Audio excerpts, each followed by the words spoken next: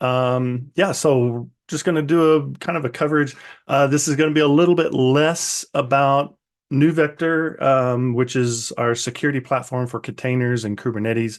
I'm certainly going to mention it, but I'm also going to kind of the purpose of this was really kind of to talk a little bit more about, well, yes, you can get some open source security layers, but why would you care? How are these layers different? Are you able to, use these layers? Are they the same as other products that, pitch security layers and things like that? So kind of arm you with even some tools to kind of evaluate different products and questions to ask and things like that. So the points that I'm going to cover in this, a growing risk in Kubernetes security vendors. Yeah, I'm kind of going to go there. We're one of those, by the way. Then we're going to do a little bit of a comparison of eBPF, which is kind of a kernel-centric technology. It's a good tool for inspecting things that are happening within an environment. And we're going to compare that to like network-centric security layers. We'll briefly cover the concept of zero trust security because that's kind of core to the way that NuVector is able to use its runtime security. It's zero trust based. And then we'll talk about 4 of the 8, 9 security layers that you can implement with NuVector. But we're going to talk about specifically some of those that you cannot do with other products, with eBPF, with kernel-centric security and things like that. And then we'll finish up with some good questions to ask any vendor, this one included, when you're talking to vendors about security products or things like that, ways of kind of understanding, because, well, this kind of leads us into our first point, which is why would you say that a growing risk for Kubernetes security is security vendors? Well, let's just talk about that. What we have in the security market is you have a lot of vendors and a lot of vendors that kind of do the same things, work the same ways, kind of pitch their products the same way. In fact, even kind of pitch security products the same way they would pitch an orchestrator or other types of software that isn't security related, right? And NuVector is certainly one of those vendors. When NuVector started out about 8, 9 years ago, we were a closed source product, just like everybody else. You sold licenses, you sold, you had to do demos and bake-offs and the whole thing. But what we found, especially since we were acquired by SUSE, because SUSE open sourced NuVector, and you just don't find that very often. Especially and when I have seen it in the past, it was usually kind of a failed product, or maybe it was a product that just didn't get commercial uptick. And so they just open sourced it and kind of gave it away for free. Very, very different situation with NuVector because of an enterprise security platform with active customers and very high security environments, to just make it open source and say, we're not charging anymore for to license the product. You can use that security for free. We're just here to support you. You can buy support. We'll do feature requests. We maintain a professional software development group that maintains NuVector. So very, very different from that standpoint. And it's also helped us and SUSE kind of recognize the sales fatigue that's out there, kind of the propensity for security vendors to be pitching what their product does and pitching it as, well, this is better security than that security over there, and et cetera, et cetera. And they don't talk like security professionals. They don't talk like someone whose goal is good security, right? I want security that allows me to control an environment, not allow things to happen I don't want to happen, and doesn't slow me down, doesn't accidentally take our app down, doesn't impact other entities, right? We want security that is effective and works and stays out of everybody's hair, right? So this gets into, so yeah, just hitting some of the bullets here. One example, and this is kind of true, unfortunately, of a lot of these products here, they are eBPF based. We'll talk about it, kind of what that is, but they all kind of work the same way. They're looking at the same place within the kernel of an operating system to see everything that is happening there. And they promote this, and I've validated this because I've watched every single company on this screen pitch, including ours. That when we talk about things like that the eBPF is the best source of truth, and we use these words like best, and this is better source of truth than that source of truth, and or that's not even a source of truth, all this kind of lingo that we use. We want good tools. We want accurate, actionable data. I don't care if I'm using multiple sources of truth. Usually when we talk about a source of truth, we're saying, well, it's the only place I can get that data. And that's not a source of truth. That's just a single place to get data, right? Doesn't mean it's true. If I have multiple data sources and that data all matches, that could be my source of truth, right? That I'm pulling data, validating that data, things like that. And it's good to have multiple sources of data or truth, as you might call it, and compare, because if they really are true, they should all be in sync, right? I shouldn't get data saying something is wrong over here, but this tool over here saying everything's fine and dandy, right? That's would obviously not be true. Another thing we hear a lot of is visibility of network. We will give you visibility of your network traffic, but they don't go into the technical details of what part of that network traffic that they can see and the parts that they can't see. And so they kind of back up and be like, well, we give you visibility. We don't tell you what you're going to see, but it's visibility, right? Um, the big basics for a lot of this is that you can go with tools that, you want to go with the tools that will work for you. And if you can use more than one tool, you should use those two. A lot of times every product on this page has a scanner that scans for CVEs. And we've had oftentimes where our scanner is faster and better and more accurate than that one over there. My argument is nobody's scanner is perfect, and you shouldn't trust any scanner. And you should be using multiple scanners and seeing multiple results, not just for the false positives, but most of the time, one scanner will say that is vulnerable and another scanner will say it's not. And you'll see those conflicts. And that's a good reason to understand. Maybe usually it's on the tool side, but if you're getting different results from these scans, you should be, checking those things out. Another point, just real quick, the difference between a security camera versus a security guard. I've had recently someone saying, there's a lot of security monitoring systems out there that are focused on monitoring and not necessarily security. They're more like a camera recording the events that happen that I can go back and look at tomorrow after I've been robbed. I mean, I myself have several videos of people stealing packages off my front porch. And I've got a security camera, which did not really give me any security. I can see who did it. I might recognize them if I bumped into them on the street, but it didn't stop them from doing the thing that they were trying to do. So a lot of the monitoring tools that collect this data and maybe not necessarily able to prevent, stop, or block those attacks as they're happening. And finally, last but not least, we hear the zero trust thrown all over the place. Usually, it's almost like productized. It's not a product. It's a concept. It's an approach. It's a way of implementing security layers so that you're following some of the rules of zero trust. And I've even got a slide. We'll talk a little bit about that. So point here is, talk to lots of vendors, even though it might be a little bit painful. It might have to sit through a few PowerPoint presentations, but listen closely to what is and isn't being said and dig into the areas where we're talking about, like, you said you give us visibility. What does that mean? There's 7 layers in a network OSI stack. Do you see all of them? Can you inspect all of them? Or is there a limit to this? What is it that you're not telling me? Things like that. So let's talk a little bit about probably the most popular monitoring security tool that's out there, extended Berkeley packet filtering. So this has been around for quite a while.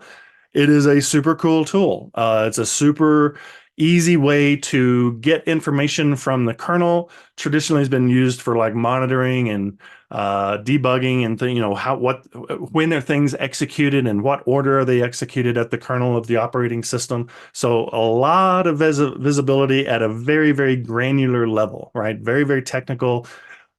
Tens of thousands of syscalls are being made per second, per minute, that kind of thing. So very granular, but yes, it's also a beach. So careful how many grains you really want there. But that's a good thing to have. So you can see all these things here. So this is a tool. It's an open source tool. It's used in a lot of different products, and they all kind of work the same way, and they can see things that are happening at the kernel. What it doesn't show you, though, is it will not show you details of network traffic, because network traffic doesn't actually flow at the kernel. It is routed at the kernel. So you can see like layer 3, layer 4 information where you can see the route that something is going. But what you end up with is a Google map that's on paper, right? It doesn't have live traffic, doesn't show you where the traffic is, what the traffic looks like, or what's in the trunk of the car. If you want to talk about like packet payload, what's the network actually carrying on these routes? So that's what eBPF maybe can't see. This is not me saying you shouldn't be using eBPF. Love eBPF. Just saying it's one tool. Don't think that that's the one tool is going to solve all problems for you or even block those problems should they arise. So let's do a little comparison between like eBPF versus more of a network-centric approach like NeuVector has. And this is basically the big key difference between NeuVector by SUSE and everybody else. We have 9 patents. Our founders developed a way to basically take a network firewall and deploy it inside of a Kubernetes cluster, giving you full visibility of that network traffic, all 7 layers, ability to validate the layer 7 protocol. So if it's using a particular protocol, we can check to make sure that that protocol looks right, because it may have something embedded in it that maybe somebody's using for an attack, which means that we can also detect the network attacks in the payload and do this at runtime. So things like data leak prevention really kind of require that you have access or can see the payload of the network traffic. So if it's carrying credit card numbers and it shouldn't be carrying credit card numbers, that's a reason to say, hey, looks like we have a leak. Data leak prevention. Same thing with like WAF rules and things like that to be able to detect some of those OWASP's top 10 attacks. Some of those you can detect in network traffic on the ingress. So again, a lot of things that you don't see, eBPF, great tool that gives you a lot of information about processes and the order of processes and even some network routing.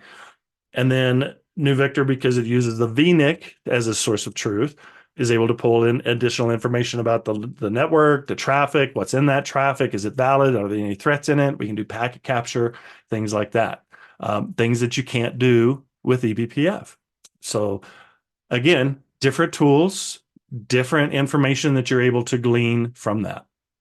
Now, the one thing that NeuVector does kind of do with this network-centric approach to security within a cluster is it uses zero trust. And so just a quick Tracy here on what is zero trust. Again, it's a model, it's a framework, most commonly known as deny all by default, right? So a firewall is a great example of this, right? Everything is denied, only those things that should be allowed are allowed.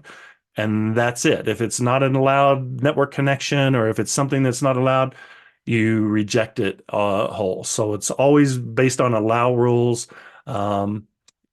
Continuous monitoring is one of those. So these are really kind of the 4 things when I think of zero trust that I think, I think if it's got to be deny all by default. Usually there is a defined perimeter. You can authenticate, authorize within and out of that perimeter, and you're always monitoring that perimeter. Zero trust and deny all by default doesn't necessarily mean that you do the deny.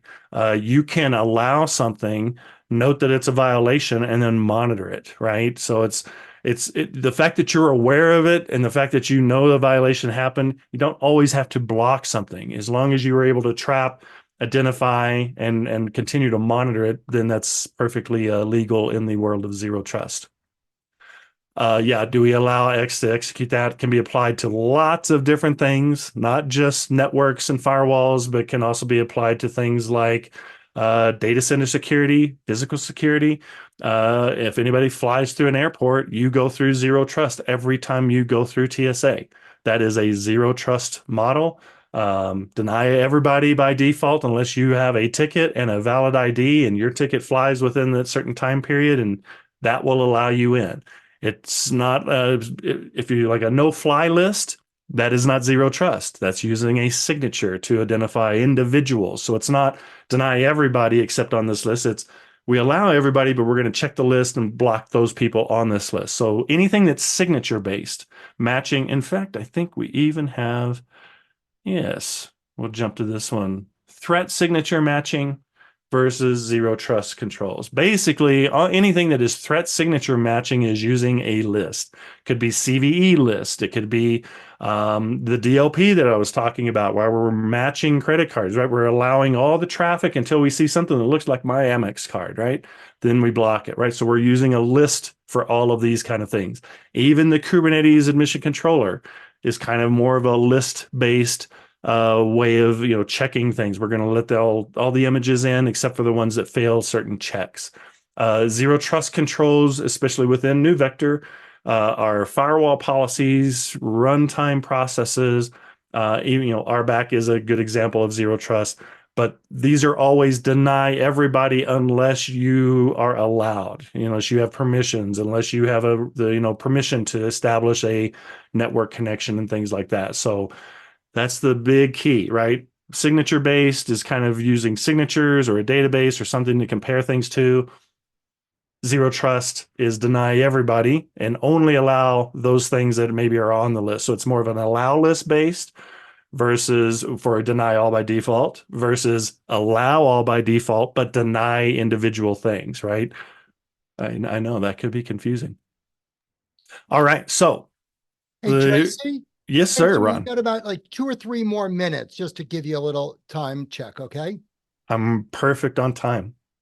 So the security layers that we're talking about for open source, NuVector brings all of these security layers. You got vulnerability scanning, you got the CIS configuration scanning, admission control, things like that. But down here, these runtime layers, the zero trust segmentation, the network ability. So you get all of these layers. You can turn each one on or off when you use NuVector in an environment.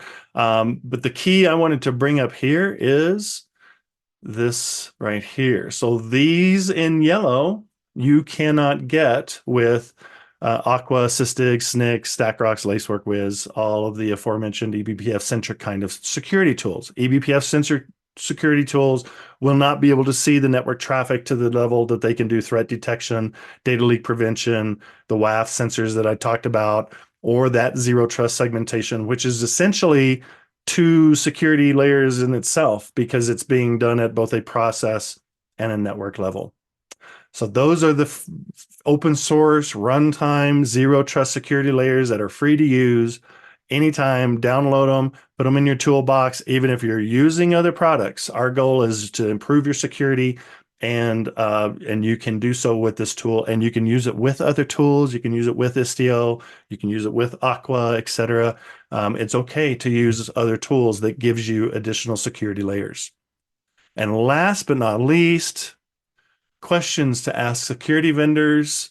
These are really the yeah, but kind of questions, right? When we talk about, challenging security vendors, trying to get them to talk about security layers and good security principles, and not just their product does something that somebody else's doesn't, and yada, yada, yada, right? We want to add additional security layers. So we want to talk about what does your product not do? Like if I were going to attack your product or your environment with your product, what would be the easiest way to kind of get around what your product does, right? Those kind of questions that help you understand where the edges of those security layers are and where maybe you wanted to use some strategic overlap or maybe even choose another product to supplement what you're already doing.